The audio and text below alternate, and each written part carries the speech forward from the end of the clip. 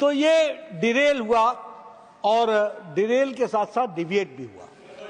कल मुझे लोकसभा में भी देखने का मौका मिला। अब इस बिल में कहीं राम मंदिर आ रहा है, इस बिल में कहीं कुंभ मेला दिख रहा है, इस बिल में बिहार का इलेक्शन दिख रहा है, इसमें एयर इंडिया बिक गया,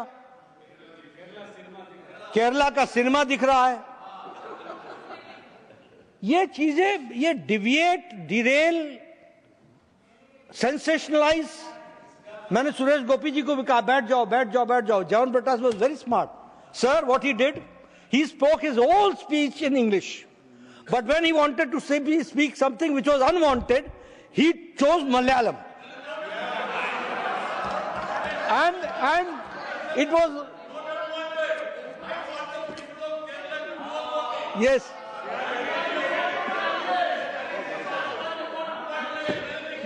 John Britas, yes, no, legally you are sound, John Britas, nothing, legally you are sound, but I said it's a smart move. Yes, smart move.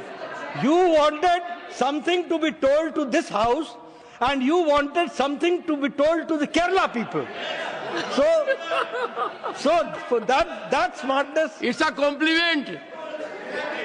It's a compliment. And whatever he spoke in Malayalam, had nothing to do with the bill. Had nothing to do with the bill.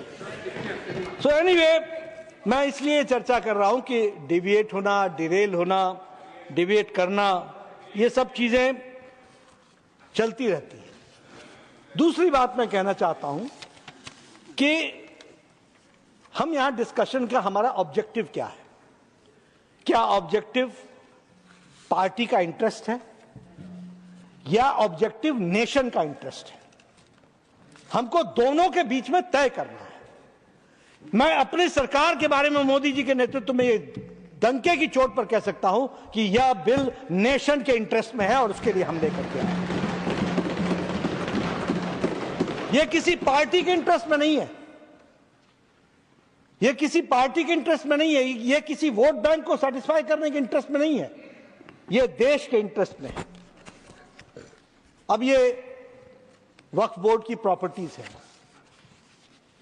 Riju साहब ने बताया कि railways, defence, इनके बाद ये आती है। वैसे तो ये अब सबसे बड़ी प्रॉपर्टी इसलिए है क्योंकि डिफेंस और रेल तो भारत सरकार की प्रॉपर्टी है ही है, देश की प्रॉपर्टी है। लेकिन क्या इसका प्रॉपर मैनेजमेंट नहीं होना चाहिए? क्या इसमें कोई ये कोई कुतर्क है क्या? और इसीलिए checks and balances, prevent misuse, property and powers जो इसमें से डिराइव होती हैं, जो 2000 अमेंडमेंट में असीम हो गई, क्या उसमें चेक्स एंड बैलेंसेस नहीं होनी चाहिए? आप बताइए, वो अकाउंटेबल नहीं होने चाहिए क्या? क्या वो जवाबदेह नहीं होने चाहिए क्या? क्या वो भारत की जनता और मुस्लिम बहनों भाइयों के लिए जवाबदेह होने चाहिए कि नहीं होने चाहिए? यह बिल सिर्फ उसको अकाउंटेबल बनाने का प्रयास कर रहा है। इस बात को हमको समझना पड़ेगा। दूसरी बात, आप तय कर लीजिए, मुझे उसमें कुछ कहना नहीं है क्योंकि मैं इस फोरम पर जहां बिल की बातचीत चलती है वहां मैं कोई राजनीति लाऊं, इसकी आवश्यकता नहीं है। लेकिन फिर भी मेरे मन में है, इसलिए मैं कहना चाहता हूं। प्रधानमंत्री मोदी जी ने सबका साथ, सबका विकास, सबका विश्वास, सबका प्रयास, इस मंत्र को लेकर के वो चले हैं और चले नहीं है, इसको उन्होंने पूरा किया है। राधा मोहन जी ने बताया, प्रधानमंत्री गरीब कल्याण अन्न योजना से लेकर के, आवास योजना से लेकर के, शौचालय से लेकर के, कभी नहीं देखा कि ये फॉरवर्ड को मिला, बैकवर्ड को मिला, मुस्लिम को मिला, क्रिश्चियन को मिला, किसको मिला? जरूरतमंद को मिला है और देश की जनता को मिला है। इसकी चिंता की। अब इससे ज्यादा मेन स्ट्रीमिंग क्या हो सकती है?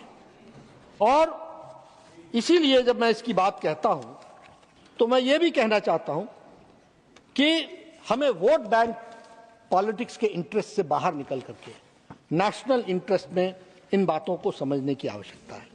अभी मैं यहां यह भी कहना चाहूंगा कि आप तय करें, मुझे उसमें कहने की बात नहीं। हम मेन स्ट्रीमिंग की बात कर रहे हैं। इस देश में कोई भी किसी कलर में ना देखा जाए। मोदी जी के नेतृत्व का सपना भारत का यह है कि सबका विकास हो, सबका प्रयास हो, सबको साथ लेकर के चले। इसीलिए हम लिप सर्विस नहीं करते हैं, हम रियल सर्विस करते हैं। We do the real service. हम लिप सर्विस कर रहे होते हैं। मैंने आपको सारी योजनाएं गिनाई, ये सारी योजनाओं से राधा मोहन जी ने बताया 30% मुस्लिम भाइयों का लाभ हुआ है, इसमें से 35% उन्होंने लाभ लिया है। 35 हमने कभी इसका डंका पीटा क्या? नहीं, मेन स्ट्रीमिंग कर रहे हैं। मैं जानना चाहता हूं कि पिछले 70 साल किन लोगों ने उनको अलग रखा है, किन लोगों ने अलग रखा है, किन्होंने उनको डरा के रखा है, किन्होंने उनके साथ अलग व्यवहार करने की बात की है। ये polity, this polity has to be understood and I will tell you 50 years later, 100 years later, we will not be there, but the course of action which we take today, that is going to make India stronger, that we have to understand. और आपने 70 साल का experiment करके देख लिया। 70 साल का experiment आपने करके देख लिया, बांट करके देख लिया, वोट के पीछे पढ़ के देख लिया। 2013 का अमेंडमेंट ला करके भी 2014 में वहां बैठने के लिए मजबूर हो गए।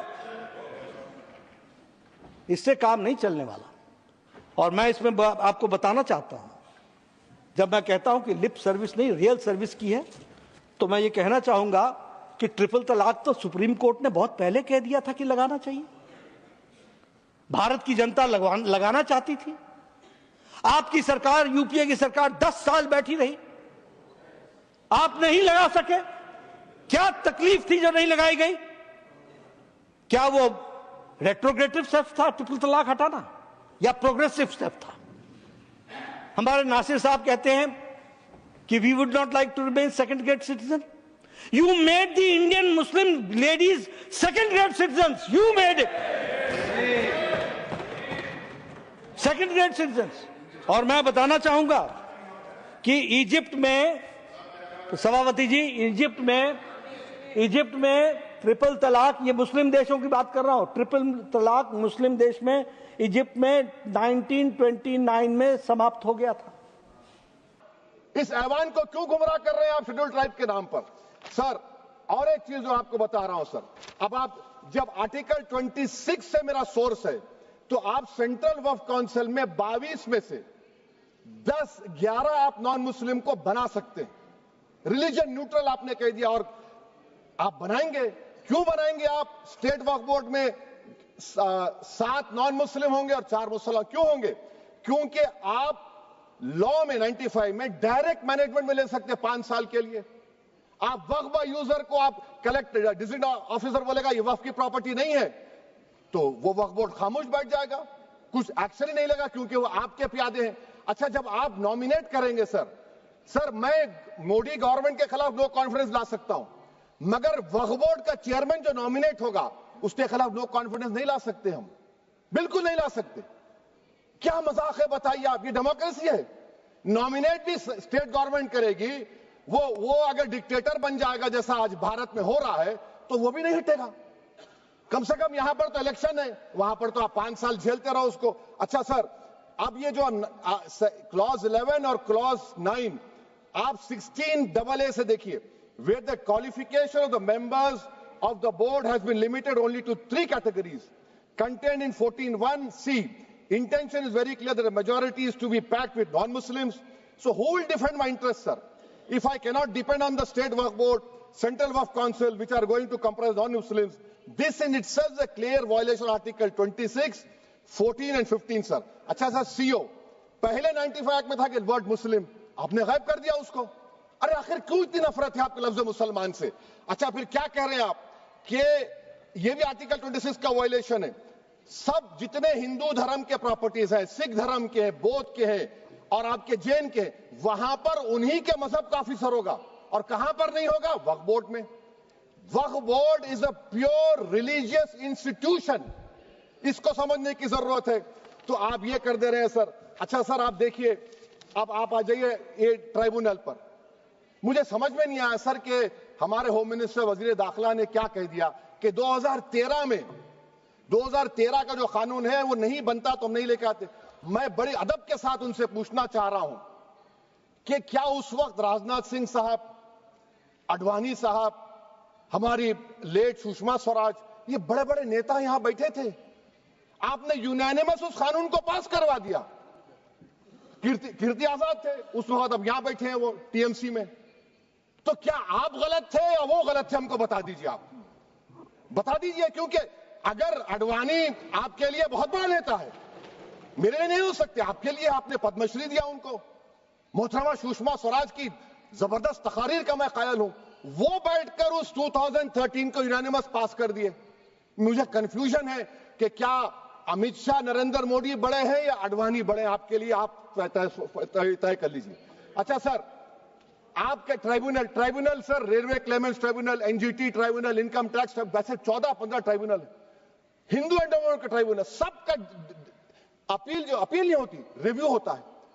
गृह मंत्री सरकार कह रही है कि नहीं, रोक दिए, रोक लगा। कैसे रोक लगाते हैं? रिव्यू और अपील में तो फर्क होता है ना सर।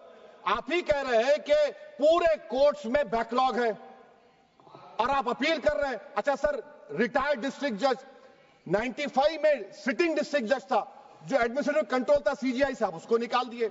अच्छा सर, अब आप अभी हमारे मंत्री साहब ने कहा trust, sir Shri Sai Baba trust 2004, वो ये कहता है जो ऑफिसर उसमें काम करता उसको साई बाबा का डिवोटी होने चाहिए और उसको डिक्लेरेशन लिख के देना पड़ेगा। यहां पर हो रहा तो यहां पर क्यों नहीं हो रहा? अच्छा सर, आप फिर देख लीजिए, ये आपका हो गया सर। हाँ, अब अमित शाह साहब ने सेक्शन 2A के बारे में कहा और उन्होंने इस बात का इकरार कर लिया कि दाऊदी बोहरा के लिए यह बनाया गया है। मगर मैं आपके जरिए से गवर्नमेंट से पूछना चाह रहा हूं, आपने तो उस प्रोवाइजो में दाऊदी बोहरा का नाम ही नहीं लिखा, आपने उनको भी थैंक यू कर दिया, उनका नाम क्यों नहीं लिखा आपने? और सर, और गवर्नमेंट क्या कर रही है? आप मुस्लिम समाज में जो बेकार किस्म के लोग हैं उनको एक रास्ता बना रहे हैं, एग्जिट दिखा रहे हैं कि तुम्हें वक्त से बचना है तो तुम्हें ट्रस्ट बना लो। ये क्या कर रहे हैं सर आप? कम से कम उन दाऊदी बोहरा को आप दे देते। अच्छा sir, clause 3V section 36 clause 18 देख लीजिए, oral Waqf, oral appointment has sought to be discontinued even though it is recognized practice in Islam. Muslim personal law has recognized oral waqf and 1937 Shariat Application Act. Sir, आप clause 39 पर आ जाइए, 5 साल के लिए मुसलमान। मैं किरण रिजिजू से पूछना चाहता हूं, सर दाढ़ी रखे तो मुसलमान प्रैक्टिसिंग है या क्लीन शेव आपकी तरह है? तो बताइए हमको, प्रैक्टिसिंग क्या होगा? अच्छा, किसी को पकड़ के मॉब लिंच कर दिया और बोले कि JSR का नारा लगाया, और वो JSR का नारा लगाया तो क्या मुसलमान रहेगा? नहीं रहेगा। या फिर देश के प्रधानमंत्री ने कहा था कपड़े देखकर पहचानो, तो क्या कपड़े देखकर आप कह देंगे? अच्छा, अगर कोई क्रिश्चियन हिंदू धर्म कबूल करता है तो क्या वो मंदिर को नहीं दे सकता प्रॉपर्टी? फिर भारत के संविधान में आर्टिकल 300 क्यों है सर? राइट टू इक्वालिटी क्यों है? फ्रीडम ऑफ रिलीजन क्यों है? 5 साल कहां से लाएंगे? अच्छा सर, और एक चीज सर, और एक चीज मैं आपको बोल के खत्म कर दूंगा सर। इस बिल में वक्फ औलाद का सर